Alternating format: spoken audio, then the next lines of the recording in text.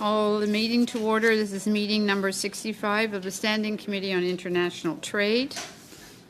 Today's meeting is taking place in a hybrid format pursuant to the House Order of June 23, 2022, and therefore members are attending in person in the room and remotely using the Zoom application. I would like to make a few comments for the benefit of the witnesses and the members. Please wait until I recognize you by name before speaking. When speaking, please speak slowly and clearly. For those participating by video conference, click on the microphone icon to activate your mic, and please mute yourself when you are not speaking. With regard to interpretation, for those on Zoom, you have the choice at the bottom of your screen of either floor, English or French. For those in the room, you can use the earpiece and select the desired channel. A reminder that all comments should be addressed through the chair. For members in the room, if you wish to speak, please raise your hand. For members on Zoom, please use the raise hand function. The clerk and I will manage the speaking order as best we can, and we appreciate your patience and understanding. Please also note that during the meeting, it is not permitted to take pictures in the room or screenshots on Zoom. In accordance with the committee's routine motion concerning technical tests for witnesses, I am informing the committee that all witnesses have completed the required test. Should any technical challenges arise, please advise me. Please note that we may need to suspend for a few minutes in order to ensure that all members have full access to the translation. Pursuant to Standing Order 1082 and the motion adopted by the committee on Tuesday, November the 25th, the committee is continuing its study of non-tariff barriers in Canada's existing and potential international trade agreements. We have with us today Canadian American Business Council, Mary Scott Greenwood, Chief Executive Officer. Nice to see you again, Scotty. Canadian Canola Growers Association, Dave Carey, Vice President, Government and Industry Relations, and Janelle Whitley, Senior Manager, Trade and Marketing Policy by video conference. From the Canadian Pork Council, Stephanie Heckbert, Executive Director, and Renee Roy, Chair. From the Canola Council of Canada, Chris Davidson, Vice President, Stakeholder and Industry Relations by video conference. And from Cereals Canada, Mark Walker, Vice President, Markets and Trade by video conference. Welcome to all of you. Ms. Greenwood, I invite you to do an opening statement of up to 5 minutes to the committee. The floor is yours. Bonjour tout le monde. Il est un grand plaisir d'être parmi vous aujourd'hui. It's my pleasure to be with you this morning. Members of the committee, thank you very much for the opportunity to appear before you again today. The last time the chair and I were together was just a few short weeks ago at a dinner, a parliamentary address, and then a dinner that Canada hosted for the President of the United States. I did not travel up on Air Force One, however. On the heels of President Biden's successful visit to Ottawa, we have a number of ideas about how to advance the world's most successful trading relationship. Today, I will focus on one which cuts across every single sector in our joint economic space.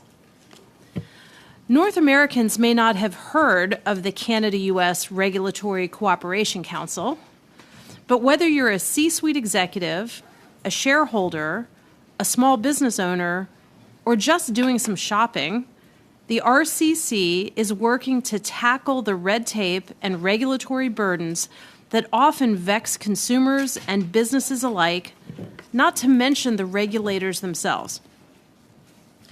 Differing national regulations and standards determine, for example, whether a product can go to market in Canada or in the United States, which explains why Canadian consumers, for example, may be frustrated when they can't buy or access products they see advertised in the American media, and vice versa. An even bigger problem is that this tyranny of small differences reduces cross-border commerce, making it nearly impossible for many small businesses to build their customer base and grow their companies in neighboring jurisdictions. Indeed, differing regulations between the U.S. and Canada, the world's most successful trading partners, have had the unintended consequence of hindering the flow of goods and services in our integrated economy, raising prices, and eating into business productivity and profitability on both sides of the Canada-U.S. border. For the past 12 years, the Regulatory Cooperation Council has been committed to ensuring the rules and regulations involved in doing cross-border business are aligned whenever possible between the U.S. and Canada.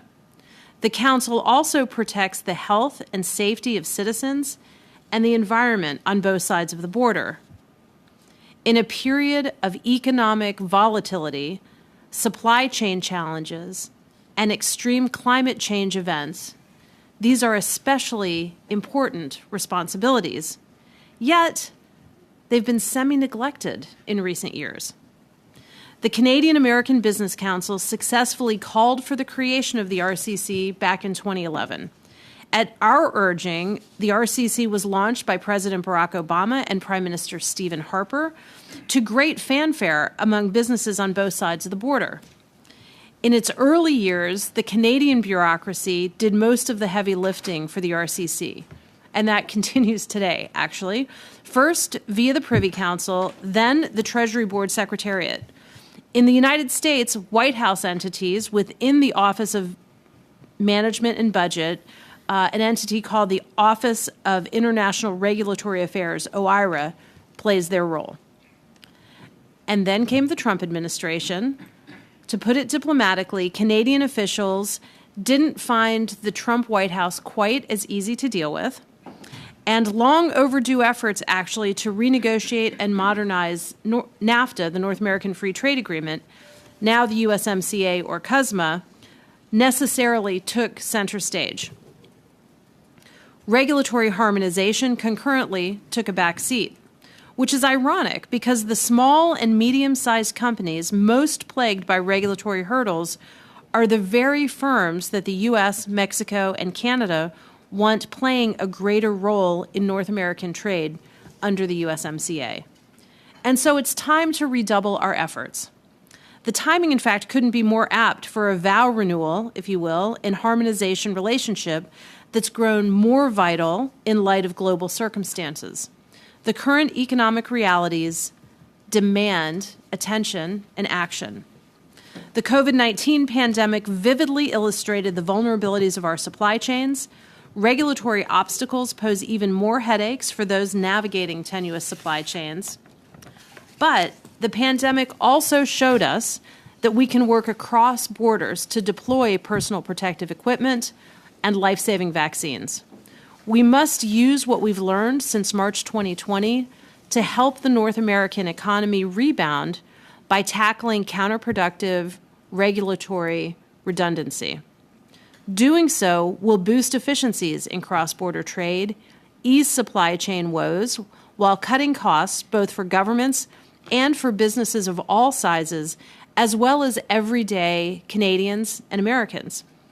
U.S. President Joe Biden and Canadian Prime Minister Justin Trudeau have acknowledged that regulatory cooperation can promote economic growth, competitiveness, innovation, and create jobs while protecting high standards of public health, welfare, safety, and environmental protection. Kickstarting the RCC's efforts to achieve more regulatory harmony will bolster supply chain resiliency between the U.S. and Canada in crucial sectors that include medical devices, PPE, critical minerals, semiconductors, electric vehicles, batteries, solar energy, and much, much more. Regulatory differences are unintended trade barriers between the United States and Canada, and we are so grateful to this committee for taking on this important issue. Let's get back to work on the RCC. Merci beaucoup. Thank you very much, Ms. Greenwood. Mr. Carey, please, for up to 5 minutes. Thank you for the opportunity to appear as part of this important study. I was with you not too long ago wearing a different hat, but today I'm joined virtually by my colleague Janelle Whiteley, Senior Manager, Trade and Marketing Policy, and we'll be sharing our opening remark time. CCJ represents Canada's 43,000 canola farmers on issues that impact their farm success. As the world's largest exporter of canola, Canada exports 90% of what we grow as seed, oil, or meal, and was valued at $14.4 billion in exports in 2022. International trade underpins the canola sector's $29.9 billion annual economic contribution and the 200,000 Canadian jobs nationally. Canola's success is based on international trade and continual innovation. Landmark agreements such as CUSMA, CPTPP, and CETA cover close to two-thirds of our markets and are fundamental to maintaining existing and building new customers. Core tenets of these agreements are the elimination of tariffs to enable competitive access, clear rules of trade to provide predictability and transparency, and importantly, a platform to strengthen trade relationships. Today's study is timely. Agriculture trade is increasingly dominated by non-tariff trade barriers. Measures detracting from these tenets and creating risks to grow and capitalize on market opportunities. Adding costs to access certain markets and establishing barriers to needed innovation to advance agriculture sustainability and resilience. If not designed properly, the increase in policies and programs to advance our climate change and sustainable development goals can also underpin our trade policy objectives and competitiveness. CETA provides a good example. Tariffs on canola were eliminated, creating new opportunities in the EU's biofuels market, but the canola sector continues to lack market certainty. The agreement has been in place for over 5 years, and we continue to face non-scientific requirements for crop protection products, delays in approvals for new crop varieties from biotechnology, and differing approaches to environment and social protections. While CETA provides mechanisms to raise our concerns, they have yet to yield practical solutions in efforts to truly strengthen our trade relationship and offer predictability. We face the same issues with Mexico. I'll now turn over to Janelle to comment on how this translates to the farm and offer some recommendations. So thanks, Dave. So how does this impact canola farmers? So most canola production is grown with herbicide-tolerant GM varieties such as glyphosate resistance. Biotechnology is a key part of canola's sustainability story, enabling widespread adoption of conservation tillage, improvements in soil health, and reduction in other inputs. Responsible farming practices such as this allow farmers to sequester, on average, 11 million tons of GHGs in their fields each year. Crop protection products provide invaluable tools against pest, disease, and agronomic pressures, protecting yield and farm profitability. Without approvals in our export markets, our exports face zero tolerance for a canola biotech trait or crop protection product residue in a shipment, an impossible proposition with our bulk handling system and multiple crops grown on farm. Canola farmers must select between market access or adoption of innovation until and if the technology is recognized in our export markets. Often this means farmers are not using the newest, best technologies that have been deemed safe by our Canadian regulatory bodies based on robust scientific assessments. These differences often come down to the use of precautionary principles and increasingly different views on sustainable agriculture. While we respect our partners' sovereign right to enact policies related to human and animal health and the environment, our landmark agreements indicate that such measures should be based on science, not create an unjustified barrier to trade, and provide guidelines to recognize equivalency. So in conclusion, we offer the following recommendations to your study as actions to maximizing existing and future FTAs. So to fully capitalize on the benefits of trade, we need an ongoing commitment to resolving non-tariff barriers across government departments and at all levels. This will be key to expanding trade investment and supply chain resilience under the Indo-Pacific Strategy and the success of the first ever Indo-Pacific Agriculture and Agri-Food Office. Future agreements should incorporate trade facilitative solutions to manage differences in innovation and sustainable agriculture. Both CUSMA and CPTPP contain language on agriculture biotechnology that should be emulated. Recognition of international standards, such as Codex, would provide a solution to missing or different crop protection product registrations.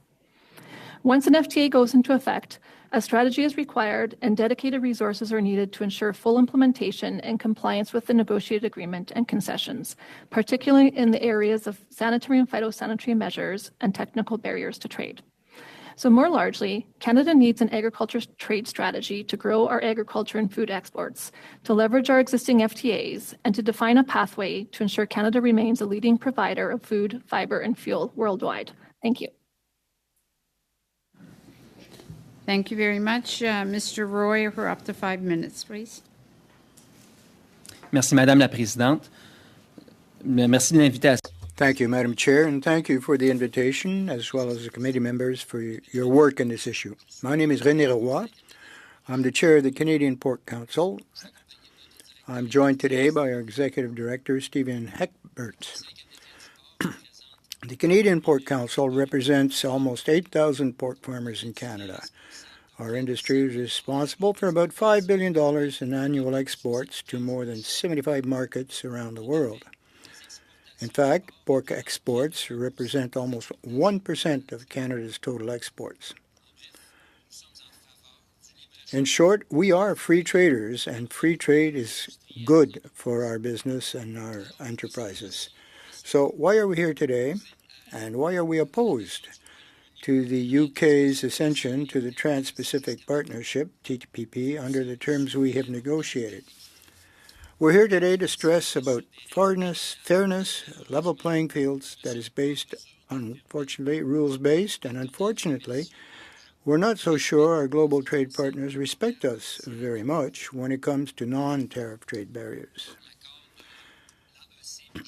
The CETA agreement with the European Union, for example, has given us no access to the European market, although European countries can export meat freely into Canada. The EU will say that their animal welfare provisions are better, or that the rules surrounding certain processes improve food safety. But in short, they are better at Europe is better in non-tariff trade barriers, in fact. Grant access to our market and get no access in return. That is unfair to our producers, to their families, and to our communities in rural Canada. We can appreciate international agreements are difficult to negotiate, and that industries may not be winner under any individual deal. But when our animal welfare standards are called into questions in the UK media, we expect our government to defend us, since these standards are Canada's standards. Being a farmer is hard work. Being a farm family who can ship their products to a market that can ship it to ours, that feels like free trade is a punishment. Our dealing with the Minister's office have been good. We have appreciated their communication. But here is the core of our point. Non-tariff trade barriers are not supposed to be intentional. If we do not defend ourselves, our trading partner will continue to disrespect us as a country.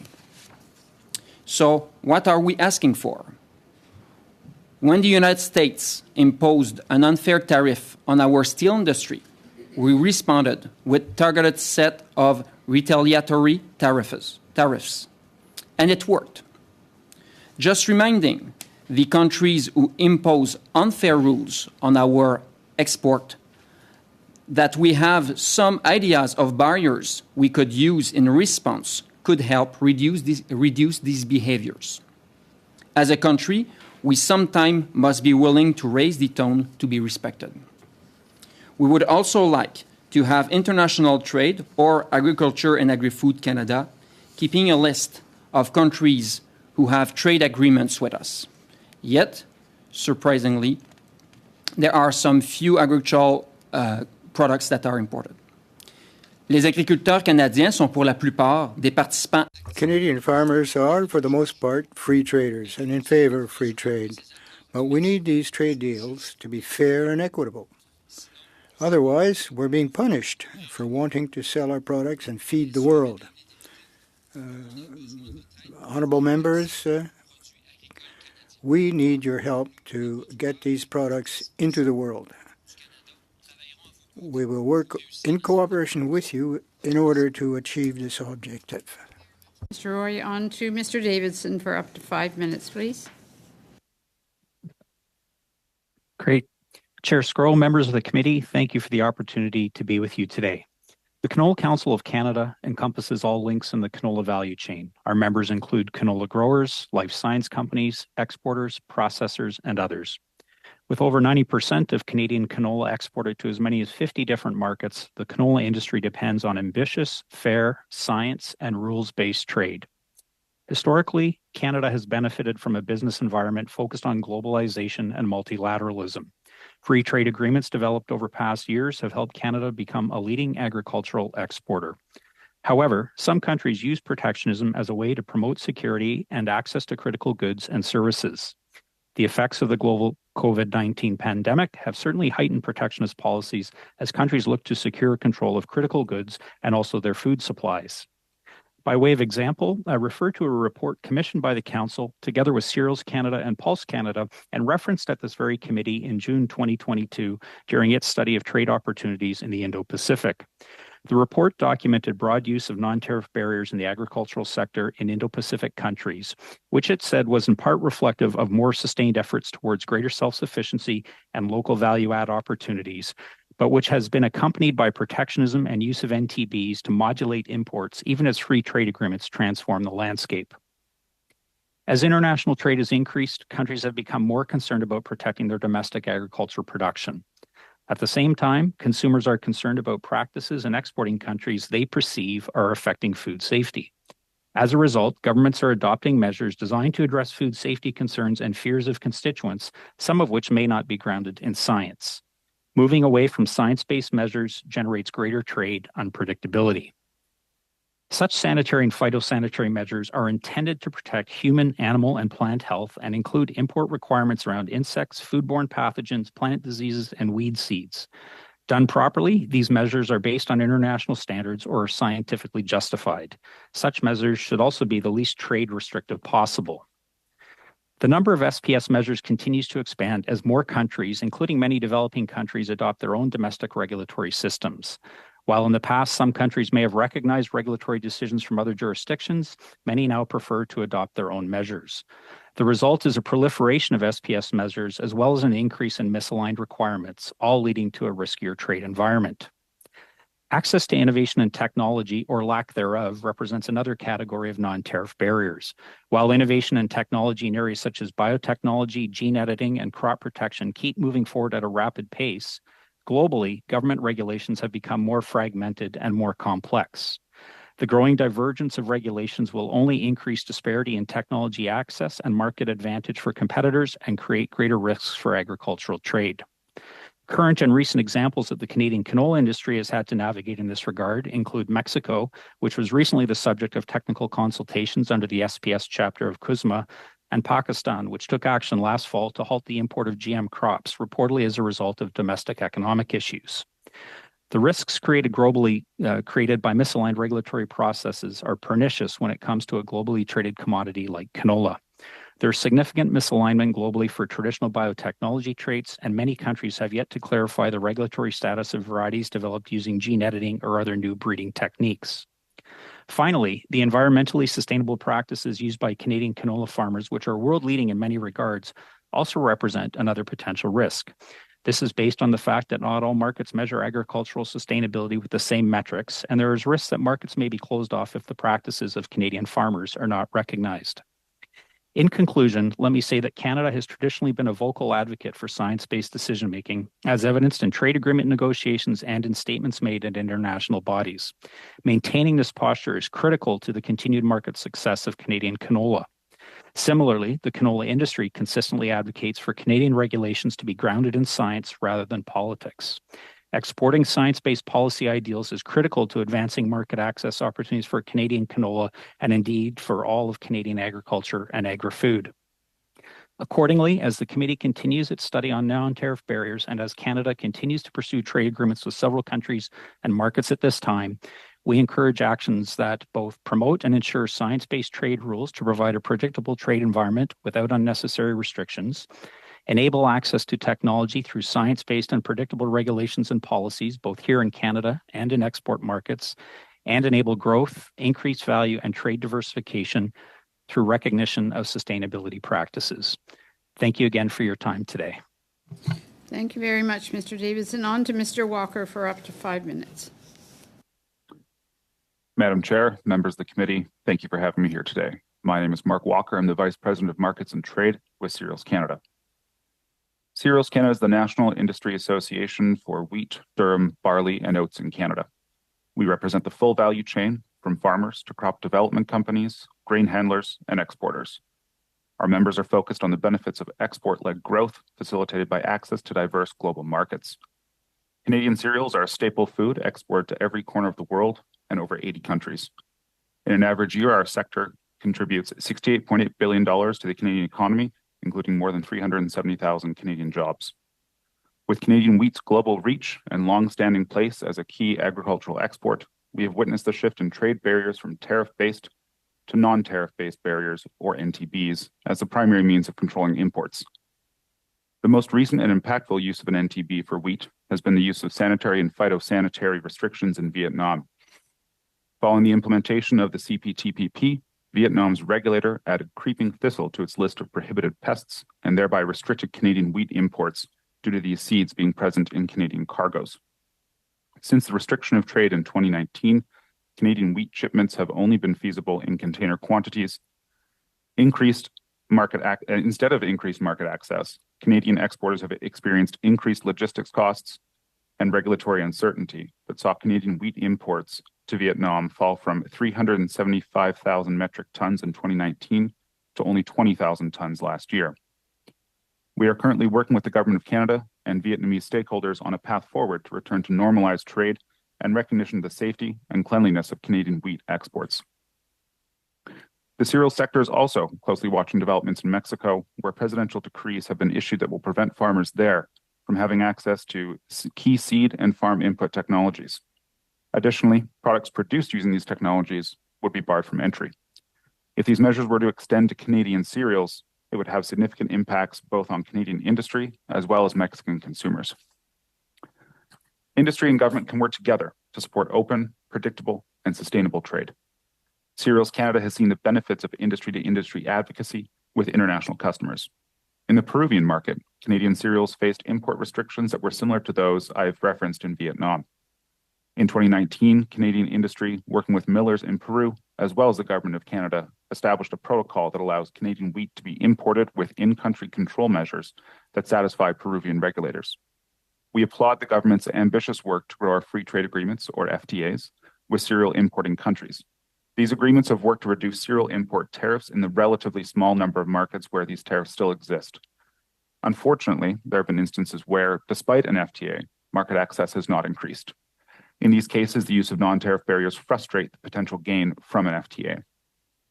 When negotiating future trade agreements and implementing already agreed to FTAs or renegotiating existing FTAs, Canadian trade officials should look to increase their focus on including language governing the use of non-tariff barriers, risk-based scientific assessments, and binding dispute resolution processes to reopen borders when barriers are put in place. A framework for a fourth-generation trade agreement, if you will.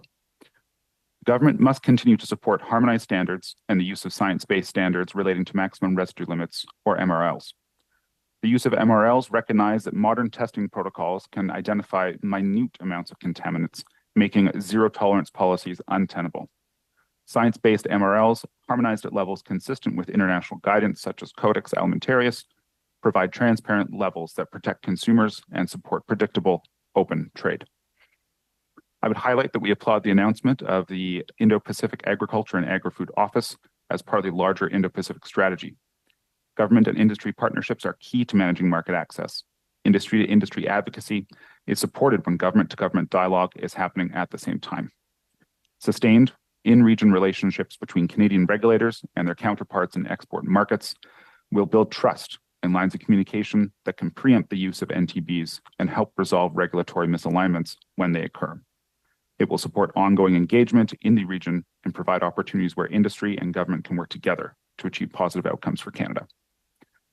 Limiting the use of non-tariff trade barriers will foster a stronger, predictable trade environment that allows food to reach markets where it is needed. Implementing harmonized and science-based regulatory approaches will allow food producers to utilize modern agricultural tools to produce safe and affordable food, contributing to global food security. On behalf of our members, Cereals Canada expresses our gratitude to the committee for their interest in learning more about the impacts of non-tariff trade barriers in agriculture. I look forward to any questions you may have. Thank you very much, Mr. Walker. On to committee members. Mr. Carey for 6 minutes, please. Thank you very much, Madam Chair, and I want to thank the witnesses for being here. I'd like to jump right in, Monsieur Roy, with you. You mentioned in your opening statements, we're opening our market, but we're getting no access in return. And I see that your sector, with non-tariff barriers, you mentioned they're not supposed to be intentional. And then suddenly we see these things hitting our industry. I wanted to talk to you a little bit about the UK. And You mentioned in a recent article you put out the UK's misleading position on trade issues. I think you mentioned in there the growth hormone, but there's also an issue with carcass washing that I believe is ongoing. And from the science standpoint, it looks like our system is even superior to the UK one, yet we're not getting anywhere. So I just wanted to ask you, how long has this been going on? How long has the government known about this? Has there been any progress with this particular non-tariff barrier? Well, I would start with background information. Stephen would provide some of the statistics about how it has evolved over time, so it will help also to answer the questions. Thank you. So just to begin, Madam Chair and Mr. Carey, so in 2019, our trade with the United Kingdom was even in terms of imports and exporters, and then last year, the United Kingdom exported some 1.2 million metric tons, and we exported 13,000. And so our exports to the UK dropped precipitously. We now export, in terms of the percentage of Canadian exports versus imports. In 2019, we were tied, basically, and in 2022, we were at 1%. So that drop is really driven by non-tariff trade barriers. So there are and several issues. There's a question around trichinosis testing, particularly for sort of pigs that are grown entirely indoors. The Canadian point of view would be that we don't require trick testing for those animals, and the UK would ask us to test every carcass. Similar in terms of carcass wash, we have a carcass wash that we use scientifically proven to be safe and effective in the Canadian market, and the UK bans the use of that wash. So there are just simply, there are, again, it really, you've heard other witnesses testify to this. It's about scientific rigor. It's about scientific basis for some of these decisions that other jurisdictions make, and we're just frankly seeking a level playing field. Well, that makes a lot of sense. That makes a lot of sense.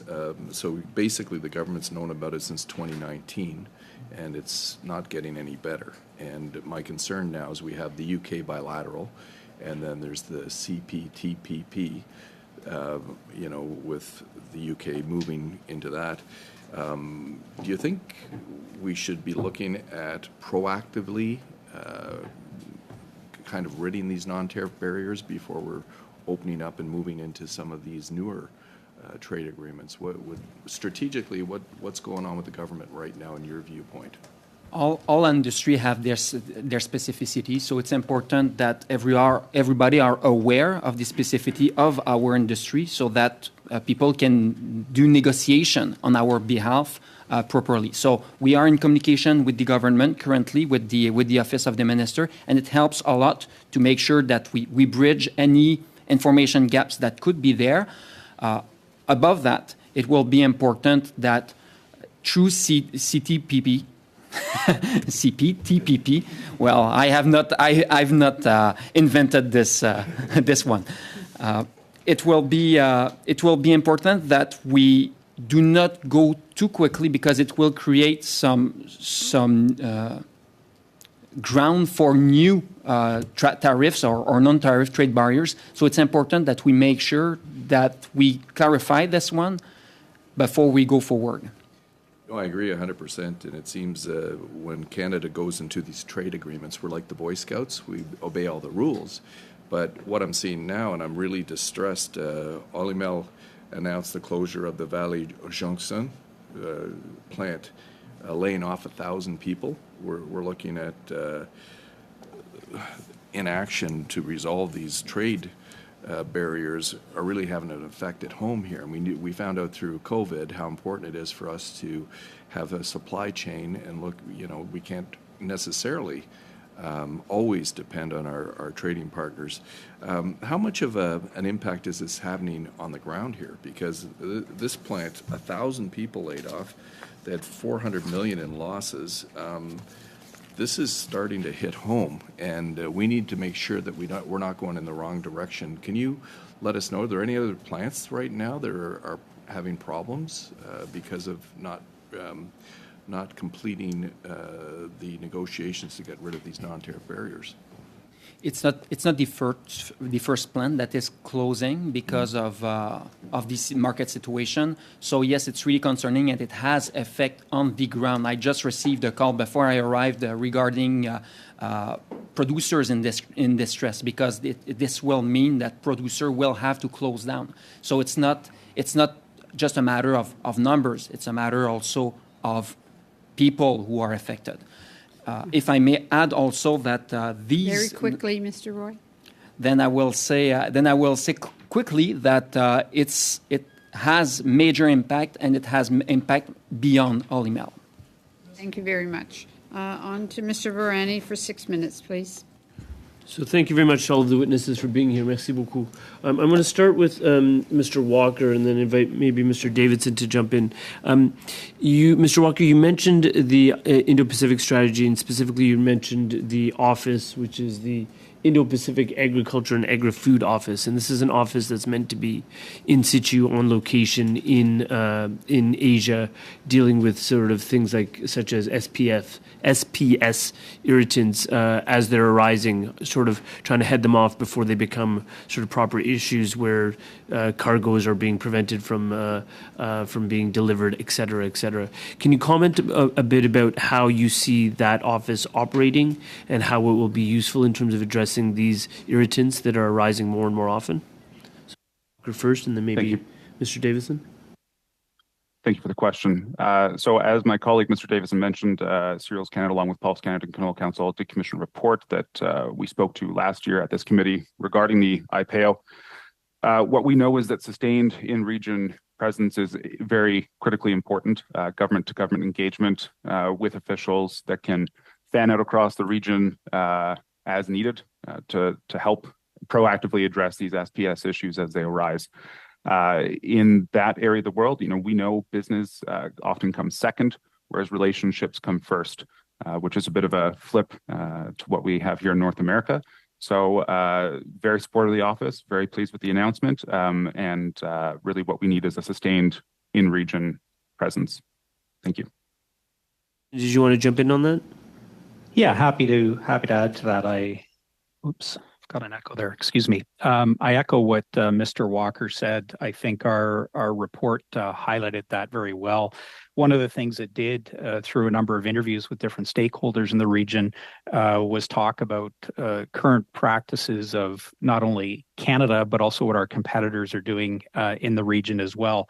And one of the things that came back in spades was very high regard for Canada, but there was also a comment that while Canada has a very good reputation, particularly in areas like things like regulatory and technical capacity building, we don't have as much of a physical presence in the region. And so building on what Mr. Walker said, I think there's a recognition and a value and appreciation for what Canada can and has done, but we're looking to step that up with the establishment of the office. I guess the other last comment I would build on that is I think you sort of talked about it in sort of a reactive context, but we see the ability to have increased presence on the ground in key markets in the Indo-Pacific and building on the relationship building that Mr. Walker said with both officials, regulators, and other stakeholders. We hope a more proactive approach will actually head off and prevent things from happening in the first place as well. Thank you. And let me just continue in that vein, Mr. Davison, with you. There's other agreements in the region that are sort of ongoing, right? We're very public about the fact we're pursuing something with ASEAN, specifically also an additional bilateral agreement with Indonesia. Minister Goyal was here last week on behalf of the Indian government and an early progress agreement with India. What does that office and the IPS strategy do in terms of sort of helping to build some of those relationships that you and Mr. Walker just mentioned are so critical in the region? How does that help in terms of the go forward on the proactive basis in terms of both getting those agreements concluded, but also getting potentially more entrenched and better and stronger provisions in those agreements, those three upcoming agreements, that would help address some of the non-tariff barriers that we see, unfortunately, cropping up too frequently? So, Mr. Davison?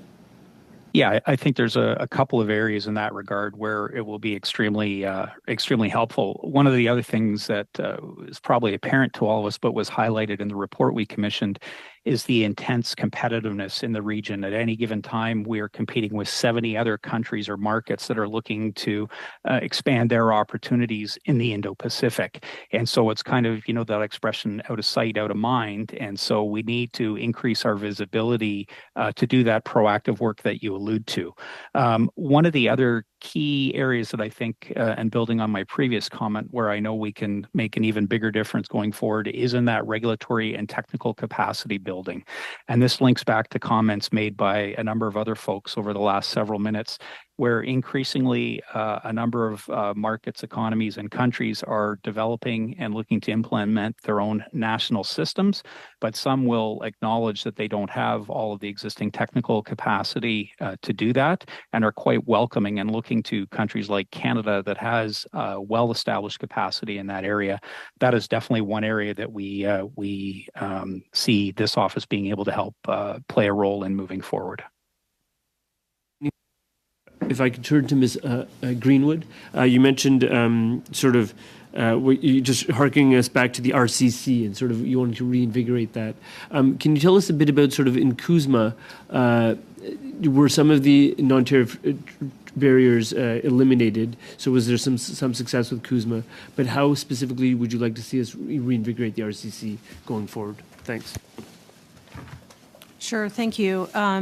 The new trade agreement does set the rules of the road in a kind of a high level. But there are all of these small differences about, for example, how you test a product. Think about automobiles. Think about any product that you have to test for health and safety. The small differences still exist between the United States, Canada, and Mexico, even in the new trade agreement. And those small differences, absent an effort to have mutual recognition, really end up costing a lot of money. You might, to give a car example, you might have to, and I'm making this up, this isn't the actual thing, but you might have to crash test a new car at 60 miles per hour or 60 kilometers per hour in Canada, and in the U.S., that same car made in both Canada and the United States, you test at 65 kilometers per hour. And so and it costs $1 million per vehicle or something like that to test it. So you don't get an increased benefit in safety, but you have this small difference in how you have to certify something.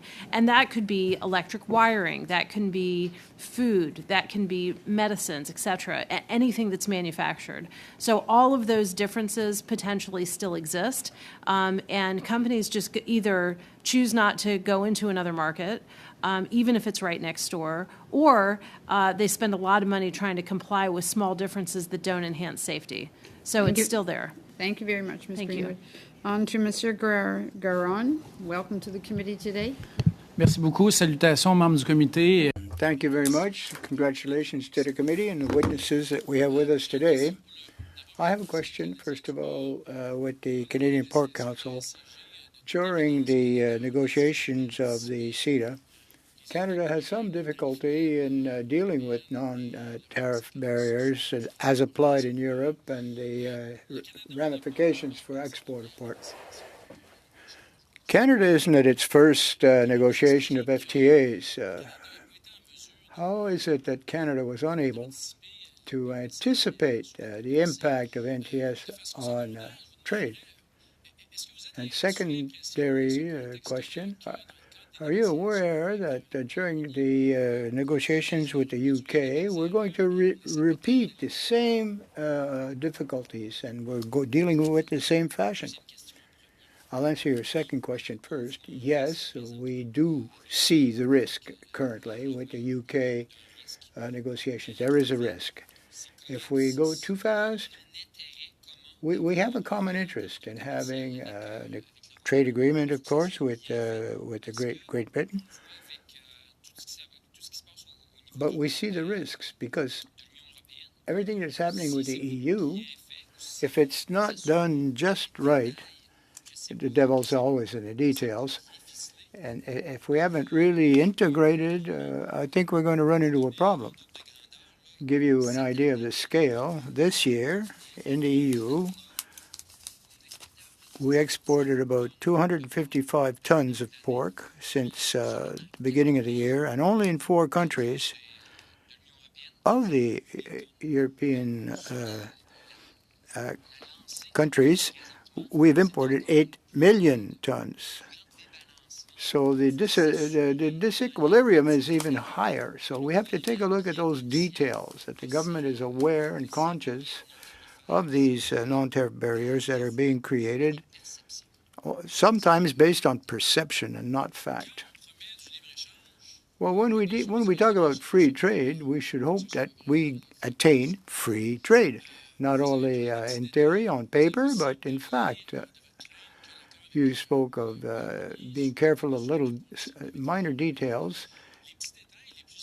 The most important details are the most important. The minimum that Canada should ask for, what would that be? Well, to ensure that the criteria, the requirements, be the same, be harmonized. The technical necessities, requirements have to be clear. They have to, first of all, be clear and understood in the same fashion by both partners.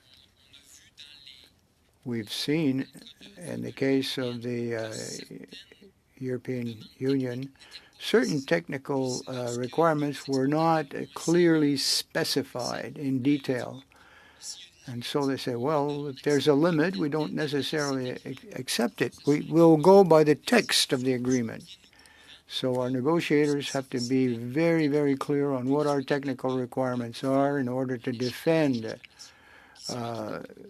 and obtain conditions which are equitable. Well, it's always in the details, but you've seen the differences with the producers. Canadian pork, often in Quebec, have been really mistreated in the media in Europe, in UK in particularly, according to popular opinion. Do you think that it's only haphazard, unintended, that we were unable to defend ourselves, or is this a tendency that we see far too often? Oh, well, we were talking about one specific agreement here. We want to make sure it doesn't repeat in the future. That's why it's important that the industries that are involved in these trade discussions be at the table to explain the whys and wherefores. We can't expect our negotiators to defend the industry without having in hand a clear understanding of what the challenges are and what has to be avoided. We can't let the other party across the table to negotiate their conditions without any comment. Well, diplomatic relationships between Canada and China currently are quite complex. And Canadian pork producers have told us we should open up new markets. Using the standards of Canadian production values here, but in China. Now, that's been interpreted as quote-unquote voluntary requirements. But anyway,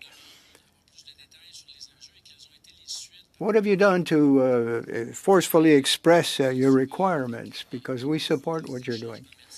Well, with the Indo-Pacific current situation, there's a lot of potential for market access and the diversification of markets, which is extremely important. And not only for the Southwest, but also to have the capacity to create sub-agreements, if you will, where there are fewer and fewer uses of NTS. Well, thank you. I'm going to stay on with Monsieur Roy and talk about, this issue with the UK. It seems, correct me if I'm wrong, but it seems that some of these non-tariff barriers suddenly arise when we sign FTAs. They have come in as a response. We sign them with the best intentions, and then other countries come up with ways of getting around them. So we end up thinking we're going to get more access for pork and beef in exchange for more access to European cheese, and instead we get nothing. So that was my sort of first comment, and you can respond to that. But with regards to the UK, here we have a situation with the accession to the CPTPP and the bilateral agreement we're working on.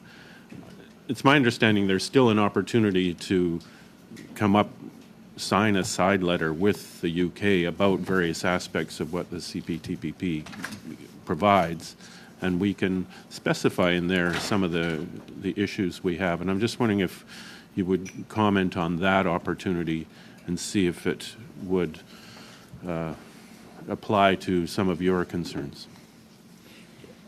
To your second question, yes, there is an opportunity. We are in discussion with the government right now to make sure that these non-tariff trade barriers that have appeared in the first agreement will not be sustained in the final agreement. Yes, there is an opportunity that we should grasp. Otherwise, it will be an unfair trade. It is clear for us it will be just a replication. They have decided to get out of the EU, but they just mimic the same behavior. So we believe that this should be different. They should have a different behavior with our country. The first question regarding when does it happen in the process? If it happens after the fact or during the negotiation, we know we are more careful right now to make sure that it is not in the fine. I will call it the fine print. I'm not the negotiator, but it's not in the big picture items. But it's important that we take care of these details that are at the end completely detrimental to the trade. Eventually, if it's possible, I would like to say a couple of words about zoning agreement, but it doesn't have to be now. I don't want to take your time, though. Well, I'll see if I have time at the end, but I'd like to turn to Ms. Greenwood and ask about the RCC and the issues that are dealt with through that. Some of them obviously affect big companies, big export-import operations. I have a riding which has 6 border crossings in it, and most of them are used by small Canadian companies that are exporting to the United States, obviously. And one example I have of a small non-tariff barrier is there's a large nursery in Grand Forks that imports American plants that have just been planted, and they grow them up over the summer, and then they export them back to the United States to be sold in, garden stores around the United States. And they have run into problems where suddenly they have to have more inspections at the border, and they need to have aisles down the middle of their trucks so that inspectors can get in, and it cuts their volumes in half, and so their prices double. And those little things can have huge impacts on these small companies. And I'm just wondering, how many examples of that do you see where it's really the small companies that are being affected rather than the big ones? It's a perfect example.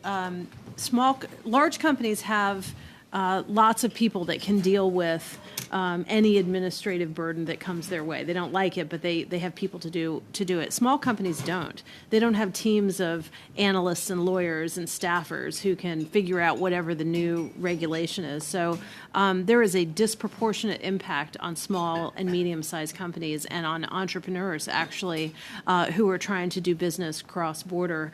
And it's just tiny differences of regulation that don't mean anything. And if the United States and Canada could just say, if it's safe in Canada, it's good enough for the U.S., and vice versa, just a mutual recognition, that would save tens of billions of dollars in the economy. It would help governments, and it would help small businesses the most. Yeah, and then this is a case where we have a plant that comes from the United States, comes to Canada, then goes back. You would think that the same phytosanitary procedures would be good enough in both. And it can be if we just focus on it. We just have to pay attention to it. Right.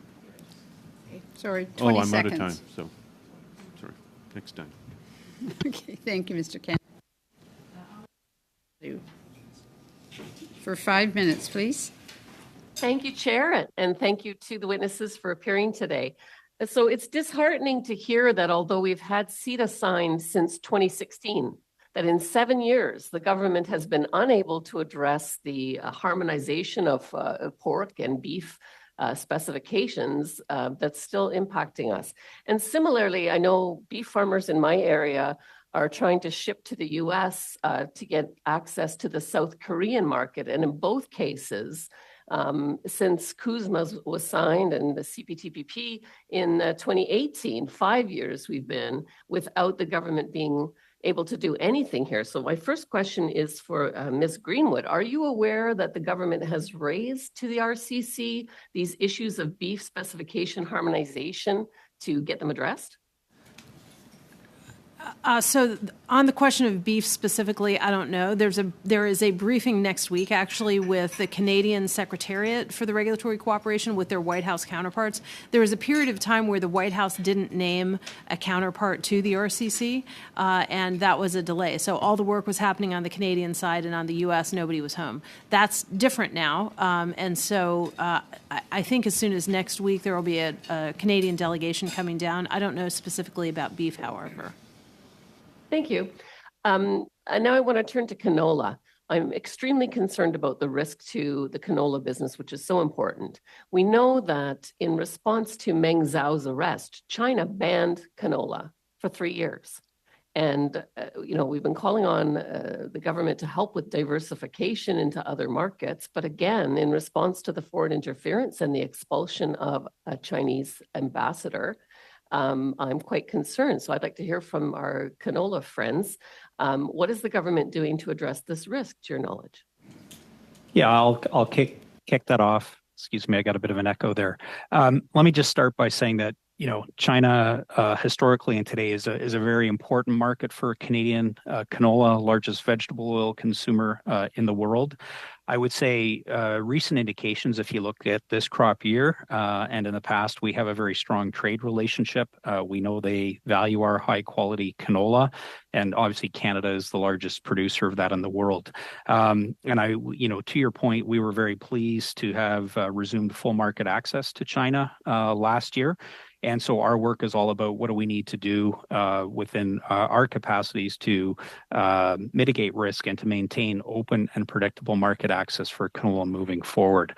At the same time, as an industry, we are very keen and aggressive on diversification efforts. That includes the comments made earlier in respect of other markets in the Indo-Pacific, but we've been also working very hard, for example, in the context of North America and the nascent biofuels markets that we have coming on stream in both Canada and the U.S. And so it's a matter of being able to both walk and chew gum at the same time. And so we work very hard on both fronts in terms of maintaining, mitigating risk in markets we've got, but also pursuing diversification opportunities. Thanks for the question. And Ms. Whitley, would you like to add anything to that? No, I don't have anything more to add. Okay, very good. Then my next question has to do with, trade resolution dispute mechanisms. Certainly, we know that we're having uneven trade in all of these agreements that we've signed, and each agreement has a trade resolution mechanism. So let's start with Mr. Roy. What is being done to address the inequity in pork? Is there a trade dispute underway, and what's happening there? Not that I am aware of right now. I don't think, from our understanding, there is no dispute resolution regarding non-tariff trade barriers that we have mentioned earlier. And what do you think the government should be doing to move things forward to get these specifications harmonized with our CETA agreement? It would be certainly a mechanism that we should use if it can be successful, then we are happy. If not, then there are other ways, political ways, and also market ways. Not that we want to escalate things, but there are various tools that we could use in terms of negotiation to just making sure that it's a level playing field. We are not requesting a higher access or an unequitable access. We are just requesting an equitable access. Okay. Thank you very much. Thank you. Thank you, Ms. Cloutier. On to Mr. Arya, please, for 5 minutes. Thank you, Madam Chair. Madam Chair, I would like to place on record the appreciation of the Canadian agriculture industries well represented here, who have worked and placed Canada as the 5th largest exporter of agricultural products, agri-food, total agricultural produce and agri-food products. Mr. Roy, I understand the frustration of the pork exporters to UK and Europe. While I want that to be resolved, I personally am not in favor of your suggestion that we apply the retaliatory tariffs.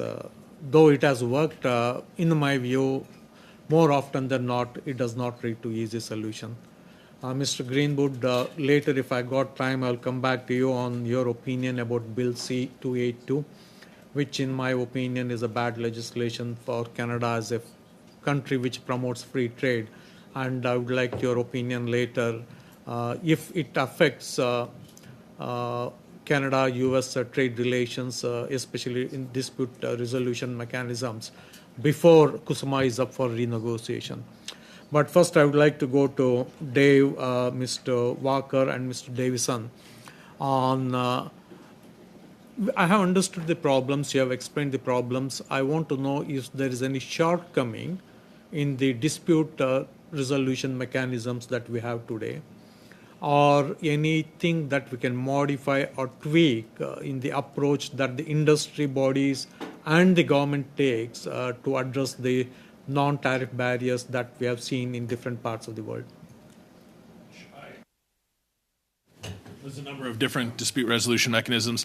I think the one where we see that is fairly lacking right now is with the World Trade Organization and the reform that needs to be done there. The United States has not appointed judges to the appellate body, so our international institution that kind of override or underpins our entire international framework is lacking, and we have seen leadership from the Canadian government and Minister Ng with the Ottawa Group.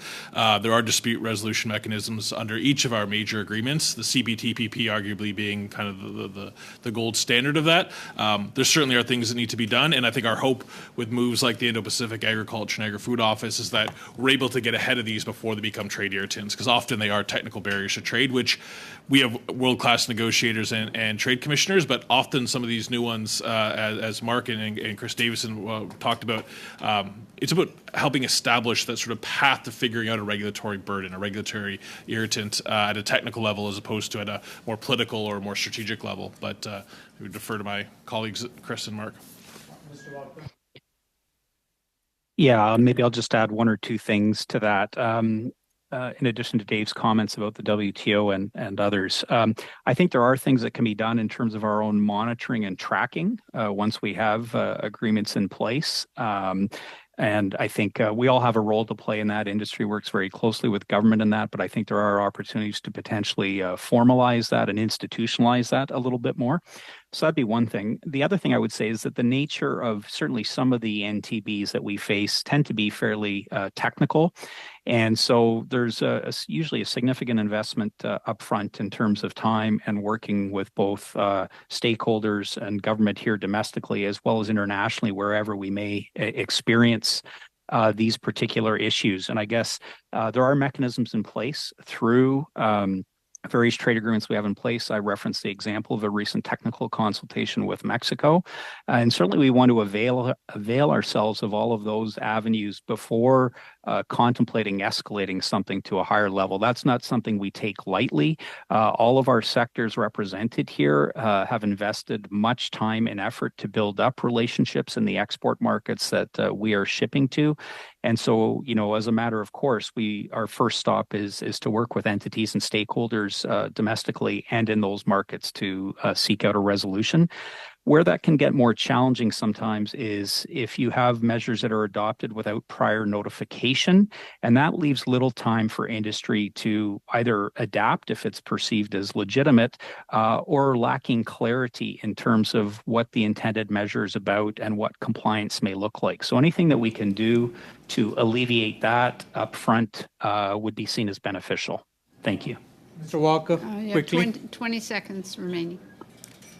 Mindful of time, I would say we have world-class negotiators that need to be empowered to negotiate binding dispute resolution mechanisms supported by scientific risk-based assessments. Thank you. Thank you very much. Monsieur Garan, please, for 5 minutes. Oh, for 2.5 minutes, sorry. Merci bien. Je reviens à vous, Monsieur Roy. Thank you very much. I'd like to get back to you, Mr. Roy. There's been some conflict with country of origin labeling with the United States. It comes out to about $1 billion worth.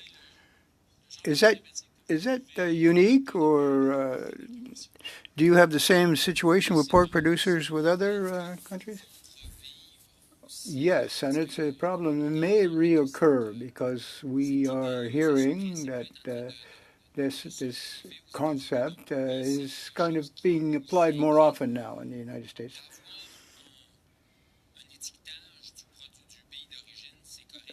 Having a country of origin label is perfectly fine. I mean, it's done in the good spirit of free trade. That's what we're asking for. And given that there's a lot of trade between Canada and the U.S. of live animals, livestock, the concept should be respected. Because there'll be some escalation of proscriptions from both parties. All these phytosanitary barriers are an excuse, if you will, for applying NTS. Those most susceptible are countries which have very inferior standards compared to international standards as a whole, and it applies to pork particularly. I'd like you to explain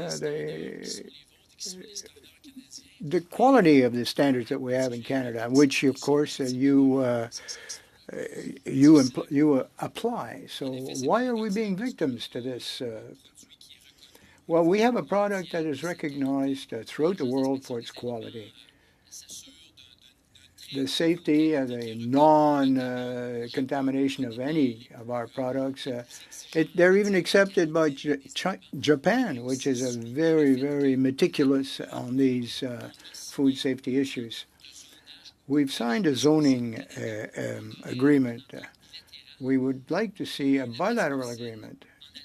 There were porcine trichinosis issues in Germany. They wanted to export product to Canada, but if the same thing were to happen in Canada, we wouldn't be able to export, even if we do have zone areas negotiated. If in the commercial agreement, the trade agreement, there's no balance, we cannot mitigate the problem. 70% of our pork is exported, so this is huge part of the revenue of our producers. Well, thank you. And the issue of dispute mechanisms was brought up, and I'd like to just turn to Mr. Carey now. And it's my understanding especially investor-state dispute mechanisms come into play when the investor or the exporter or whatever feels that they're being treated differently than domestic markets. And in the case of, canola and other agricultural products, if the EU has different regulations than Canada for their farmers, I can't see how those dispute mechanisms would work very well, because they would say, this is what we hold our farmers to. We are holding you to the same standards. I just wondered if you could comment on that. Sure, absolutely.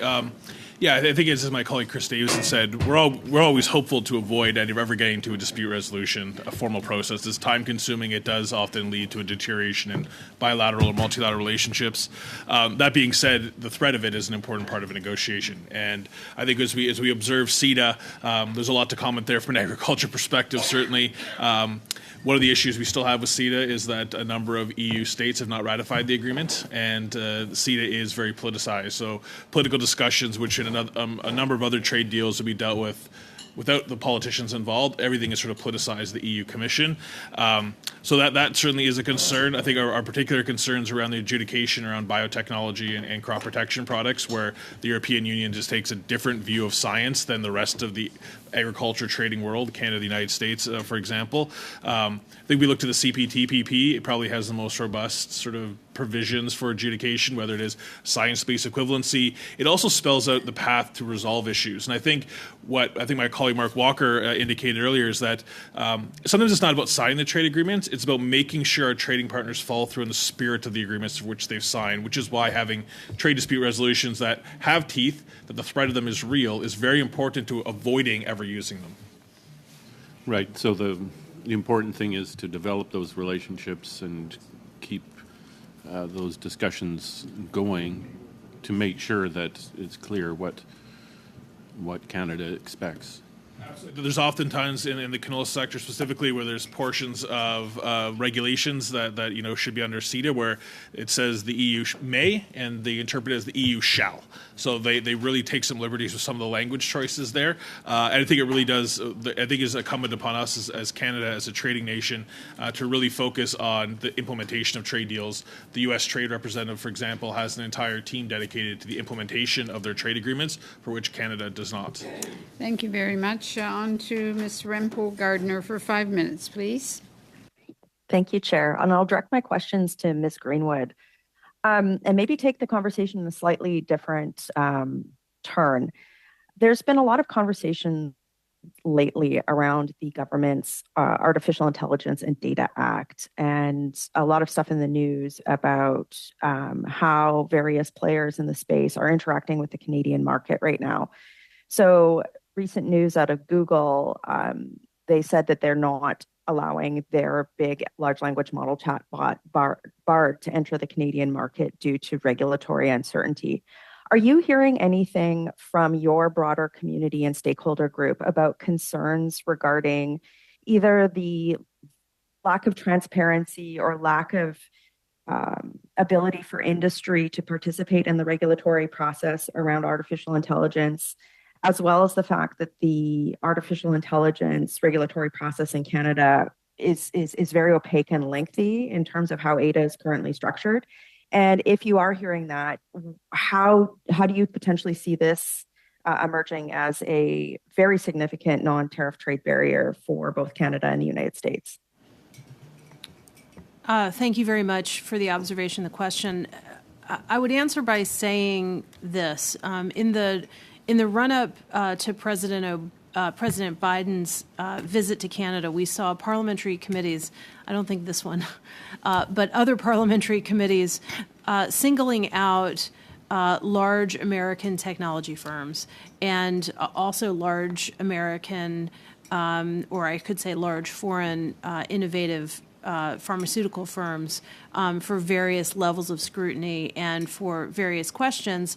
And that creates a question in the mind of a lot of companies about how open is Canada really to foreign investment, to companies that employ a lot of Canadians and bring technology and innovation into Canada, how they would be treated. So I think when we think about AI, there is so much emerging that it is much better for the U.S. and Canada to figure out how to work together vis-a-vis challenges around the world, whether they're in artificial intelligence or cyber or anything else, rather than trying to figure out how to have some kind of a tit-for-tat experience targeting, successful American firms.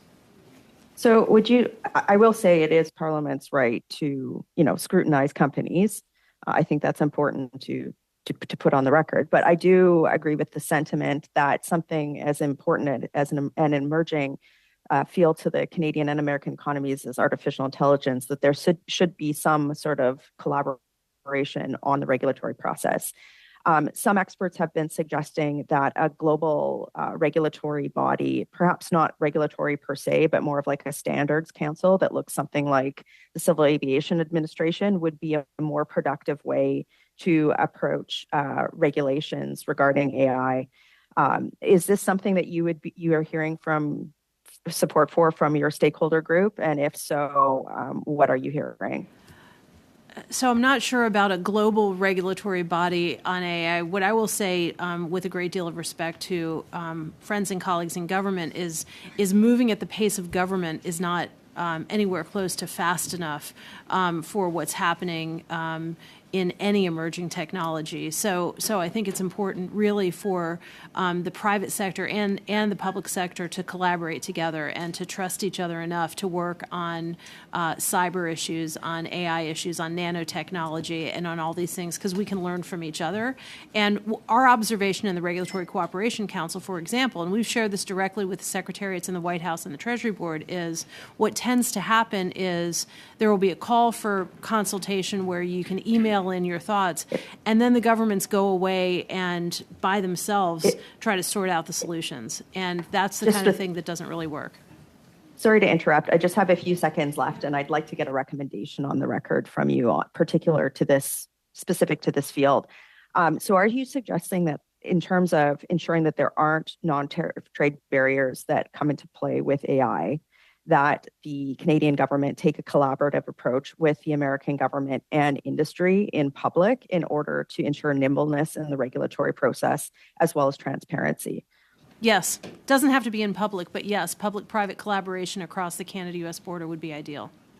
Thank you. Thank you. Thank you. Thank you very much. Mr. Sheehan for 5 minutes, please. Thank you very much, Madam Chair, and thank you to all the presenters for this very important information. My first question will be for the council. I'm also co-chair of the All-Party Steel Caucus, and I'd be interested to hear what you think are the opportunities, from the council's point of view, for steel exports to the United States using CUSMA as a model. Thank you, Madam Chair.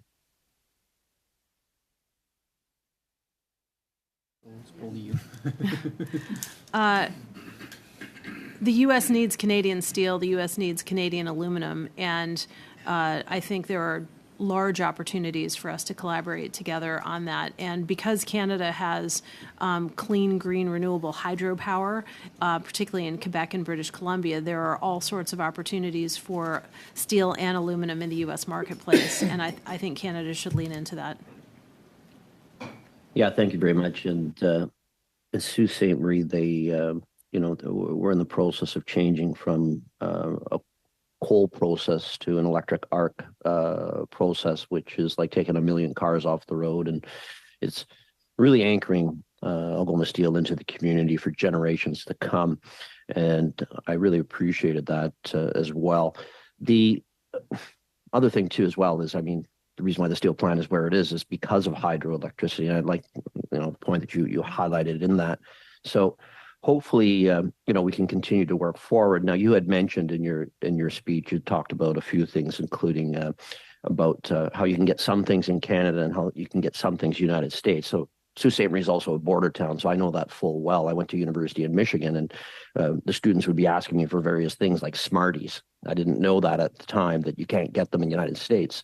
So could you just expand a little bit on what and how we could, and not using Smarties as an example, but other things as well, where there could be some collaboration, where we'd have opportunities for Canadian goods, products to get into the United States to satisfy the American consumers' wants.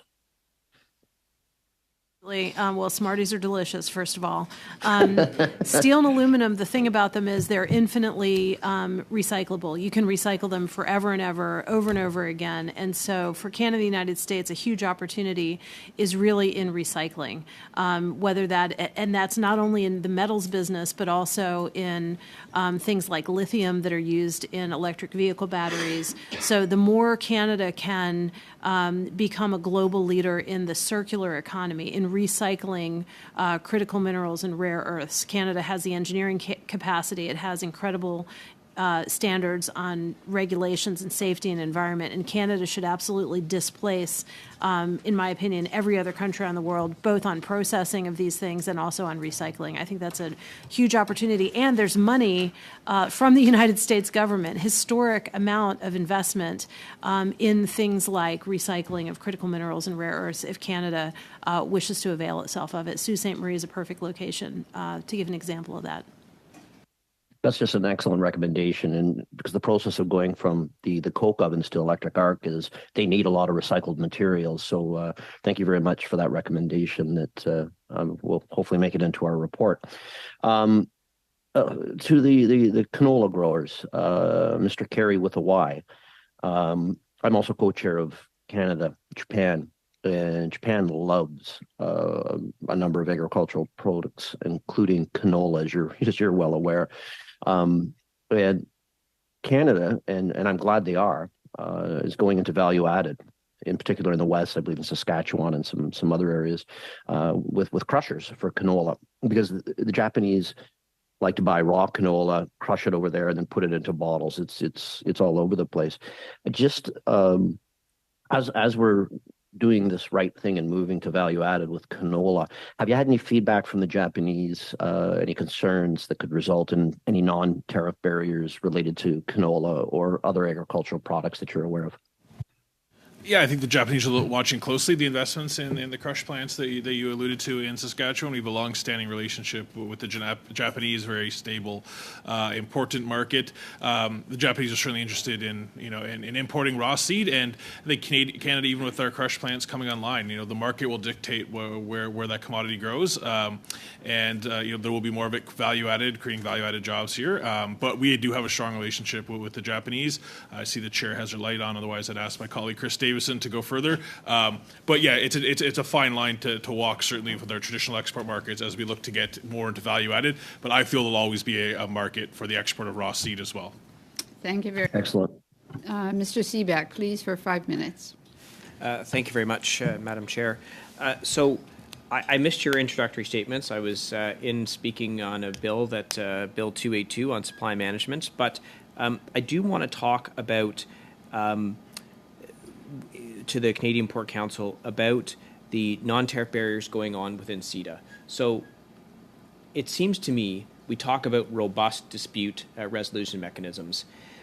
It seems to me something's wrong. Either the dispute resolution mechanisms within CETA are not robust enough, or the government has been too slow in getting those dispute resolution mechanisms up and running. So, because my understanding is this has been going on for, 6 years with respect to the phytosanitary issues with beef and pork. So I'm wondering if you can let us know where you think the problem is. Thank you for the question.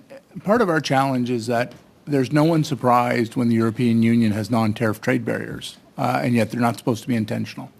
And I want to clear up something for Mr. Aria. We're not seeking retaliatory tariffs. What we are seeking is that Canada join the non-tariff trade barrier game, that we have sort of a mechanism where we would be able to say to our trading partners, if you continue to impose non-tariff trade barriers, it's possible that we will also have an analysis done about ways in which your system differs from ours. We have some of the safest food inspection systems in the world, and yet we don't have a blanket compartment as we have granted Europe. We don't have a blanket compartment from the EU indicating that our food inspection system en masse is sufficient for them to accept. We run into challenges where they will basically suggest that certain animal welfare provisions that they want, which are simply different from ours, they are not necessarily superior, but they will insist that our animal welfare provisions be an exact match to theirs. and they move away from the World Organization of Animal Health standards, which we more than exceed. They move away from those standards and have their own imposition of animal welfare standards that, as a grouping, simply become impossible to manage. So their expertise at developing non-tariff trade barriers is not supposed to be something that everyone talks about and basically laughs about in the world. And so what we're seeking that there is some mechanism where, we, our trade negotiators, have an understanding with them that if we're going to be shut out of a market as a result of non-tariff trade barriers, that there's also the potential that we have a list of our own that we could come back to them and have that discussion. Oh, I understand, and I agree that's one thing that the government should be exploring. But I know this is a tough question. I really want to try and get an answer, though. What is the holdup, right? 6 years or 7 years on these phytosanitary issues. Is the dispute resolution mechanism not robust enough within CETA? And if so, do you have a recommendation on how we could fix it? Or is it the fact that the government hasn't advanced this rapidly enough? There's got to be a reason why we're sitting at 7 years with no progress. The industry had worked on other markets that were profitable. So when there is a contraction, this is when we see that these markets would be so beneficial to us, but we have neglected them in the past. Now it's really important that we find solutions. The how, it would be we are not the professionals into the details of the mechanism, but we would certainly have to go through the mechanism and test it. And if it doesn't work, then well. So do you have any idea then why it's been 7 years and we haven't been able to remove this non-tariff barrier? Has the government told you why it's taken 7 years? I'm sure you've talked to them. I don't have the answer on this question, though. Okay. Where am I for time? 40 seconds. Okay. Just quickly, I wanted to speak to the Canadian American Business Council. Bill C-282, the Supply Management Bill. Would you view that as, which is excluding supply management from trade agreements, would you think that that would make it easier or more difficult to resolve trade irritants with the United States, such as softwood lumber and potential cool country of origin labeling on beef? Thank you very much. Mr. Miao, please, for 5 minutes. Thank you, Madam Chair. And I'd like to first go to Mr. Walker online. Last fall, technical expert from Cereal Canada went on a training mission to Africa. And I understand this is the first time this has happened since the pandemic. What is the purpose of these training missions, and could they perhaps aid in the resolution of the non-tariff trade barriers? Thank you for the question. So Cereals Canada did send a team to the African Milling School just outside of Kenya, or in Kenya, pardon me, last fall. This was the first time we've been able to do so since the pandemic due to travel restrictions. We regularly send folks to the African Milling School to work with customers in Africa on the best uses of Canadian wheat. We find it very efficient, very useful. It's a great facility. And so we take Canadian wheat from Canada, send it to the school, and then they're able to train on best practices, best uses of the product. Nigeria is our top market in Africa, along with Ghana as well. So we bring those people in, and it's just a great way to learn, share knowledge. Thank you. And how would you describe the overall impact of NTB on the Canadian cereal industry ability to access international market? It depends on a case-by-case basis, of course, but what we found and what we know is that sustained, persistent government-to-government engagement, as well as industry advocacy, is the best path forward to overcoming these barriers when they arise, as well as Canada's championing of risk-based scientific assessments. Thank you. And next, I'd like to turn the mic to Mr. Davidson and Mr. Carey. The majority of Canadian canola is exported as meal, oil, and seed. But I'd like to ask you about the advancement of canola as a biofuel. Can you provide an overview of the market, and are there any NTB tied specifically to biofuel export? Happy to kick kick that off and have Dave add to it. I guess I'd make a few comments. We're very excited about the developments that have taken place in North America and Canada and the U.S. recently. As you'll be aware, as of this July, Canada's clean fuel regulations will come into effect. And on top of that, recently in the U.S., canola has been recognized as an advanced biofuel there. That's something that's happened over the course of many years, but with a recent favorable EPA decision in that regard. Also don't want to leave out that we've had significant biofuel-related canola trade with the European Union as well for a number of years as well. So I think there's some very exciting things happening in that space. But in particular, at this time, I would highlight the developments here at home in Canada and in the U.S. in terms of their implications and opportunity going forward. And I would just say that that's a significant part of what's driven the investments that were alluded to earlier that are happening in places like Saskatchewan. Thank you. And Mr. Carey? Just quickly to say, without the biofuel market in the EU, our exports there would be almost non-existent to the European Union, the way they treat biotechnology, crop protection products. All of our canola that's destined for the European Union is destined for that biofuel market. So it's a very important market. However, the market access gains we've had there are a result of their local biofuel economy as opposed to any benefits from CETA, unfortunately. How much?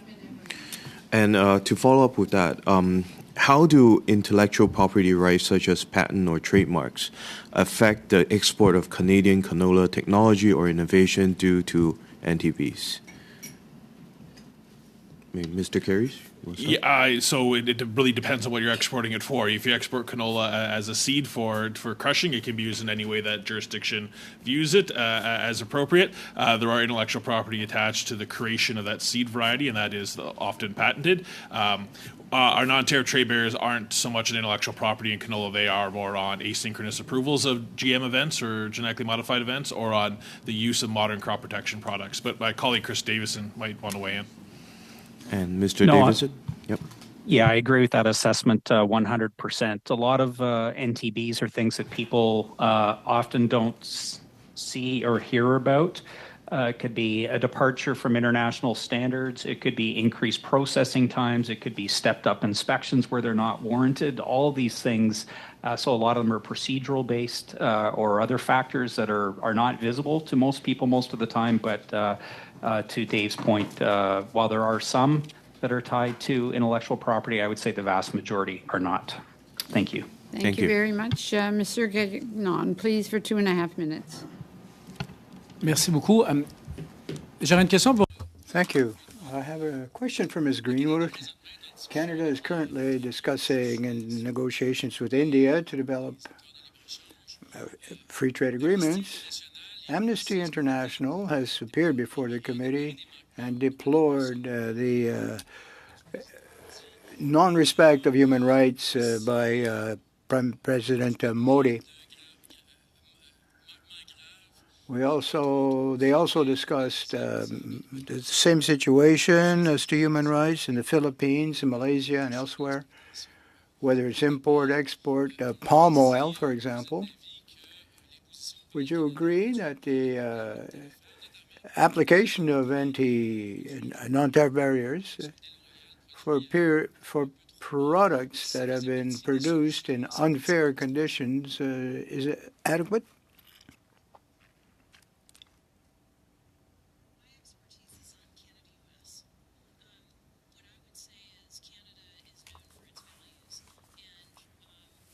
Uses the tools in its toolbox as it needs to in its trade agreements, but with respect to India and Philippines, I don't have a good answer for you. Merci. Je sais pas si certains des autres témoins. I'm not sure if perhaps the other witnesses might have an opinion on that.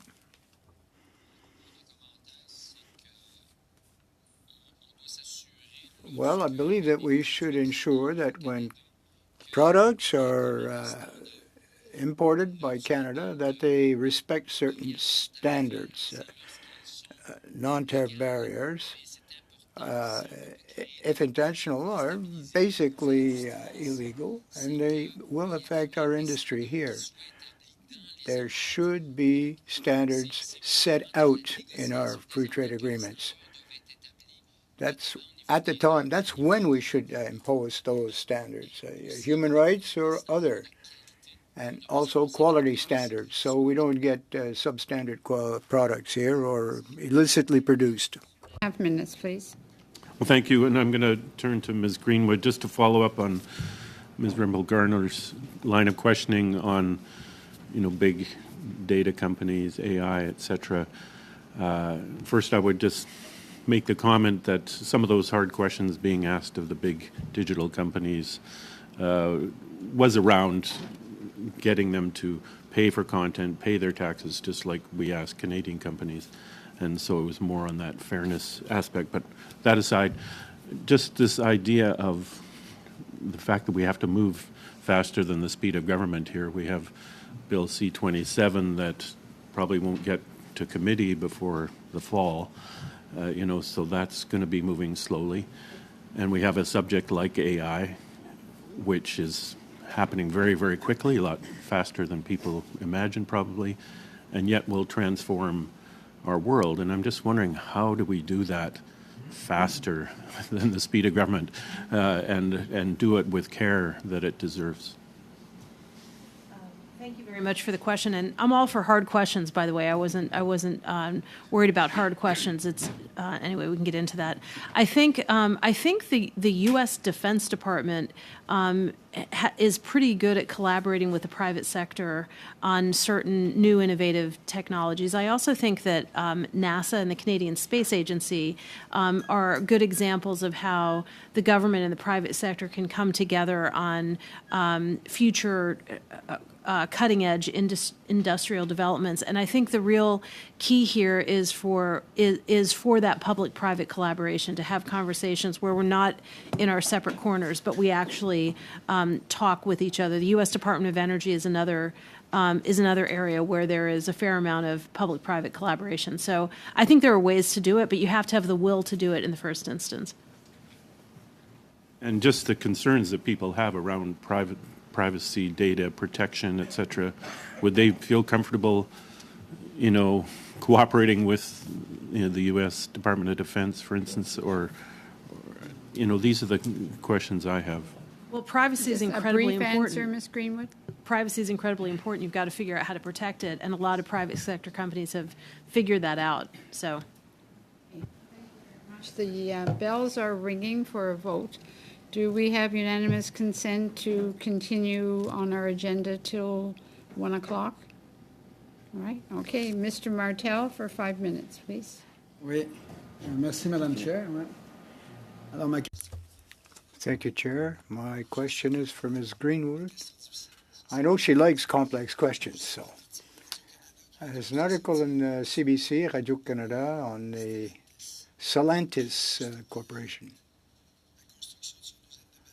which has ceased production in the batteries that it is manufacturing because they didn't agree with the condition imposed by the Canadian government.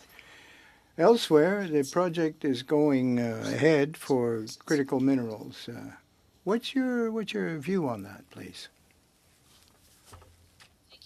I think it's very difficult to compete in the subsidy game. Where I think Canada can compete and win, however, is in certainty on developing new processing facilities. So if Canada were to introduce regulatory certainty and timing into how it approaches big projects, big infrastructure projects, big critical minerals projects, that would be a game changer in the world. The U.S. has changed the arithmetic by massive subsidies.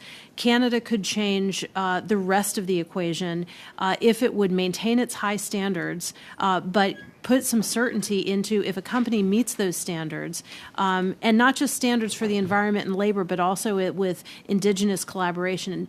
If Canada would institute certainty and timing into that, it would be a game changer. And right now, it's moving too slowly, and there's not enough certainty, in our opinion. Merci, Madame Greenwood. Thank you very much, Ms. Greenwood. How do you explain how phosphates is not involved, it's not included in critical minerals? Why is it not categorized as a critical mineral? It's absolutely essential.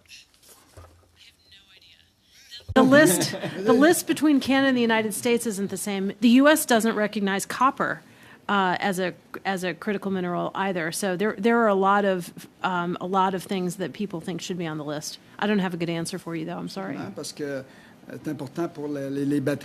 it's very important for the manufacture of these batteries and elsewhere. But in a 2019 review or report, we were told that the major critical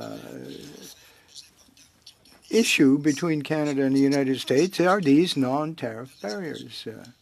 Why do you think that's so? Because there's all kinds of mischief when it comes to trade policy.